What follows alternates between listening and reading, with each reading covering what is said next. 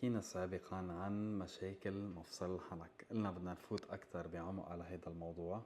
في مشكلة كتير متواجدة عنا اليوم اللي هي الكز على الأسنان أو صرير الأسنان المتواصل، وهيدي بتأثر على كتير عوامل وكتير عوارض مثل وجع الراس، مثل وجع بالفك، متأثر على طقطقة بالحنك بذات الوقت، وجع ممكن يمتد على الوجه، بصير الواحد وهو عم ياكل يحس بتعب دغري، وجع راس هون يصير كتير قوي وجع الراس، ما اقدر افتح تم بطريقة مزبوطة. وبالحالات السيئة كتير ممكن المريض حتى يكز على الخد من جوا ويسبب نزيف من جوا. هيدا بصير اثناء النوم.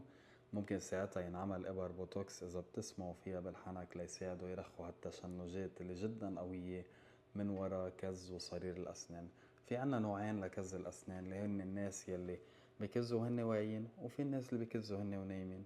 هل انت بتكز على اسنانك وبتحس بوجع لما توعى من النوم او خلال النهار؟ اكتبولي بالتعليق.